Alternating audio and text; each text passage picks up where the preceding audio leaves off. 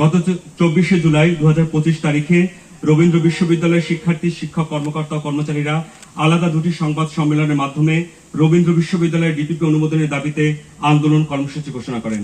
রবীন্দ্র বিশ্ববিদ্যালয়ের শিক্ষক, শিক্ষার্থী, কর্মকর্তা ও কর্মচারীবৃন্দ গত 26শে জুলাই 2025 তারিখ রবীন্দ্র বিশ্ববিদ্যালয়ের প্রতিষ্ঠা দিবসের সকল কর্মসূচি বয়কট করার মধ্য দিয়ে শান্তিপূর্ণ আন্দোলন আরম্ভ করেন। এই শান্তিপূর্ণ আন্দোলনের অংশ হিসেবে মানববন্ধন, মহাসড়কের প্রতীকী ক্লাস, প্রতিবাদী সাংস্কৃতিক অনুষ্ঠান প্রভৃতি কর্মসূচি পালিত হয়। আজ আন্দোলনের 11তম দিন। শিক্ষক, শিক্ষার্থীবৃন্দ তাদের শ্রেণীকক্ষের বাইরে এসে রোদ বৃষ্টি উপেক্ষা করে সরকারের নিকট ক্রমাগত দাবি জানিয়ে যাচ্ছে, কিন্তু অত্যন্ত দুঃখের বিষয়, সরকারের তরফ থেকে এখন পর্যন্ত দৃশ্যমান কোনো পদক্ষেপ গ্রহণ করা হয়নি।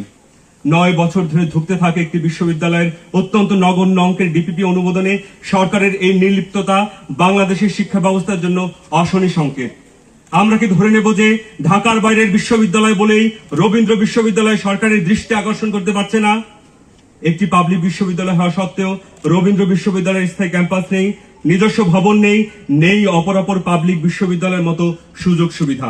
অথচ এটি সরকারের প্রতিষ্ঠান, সরকারের দায়িত্ব।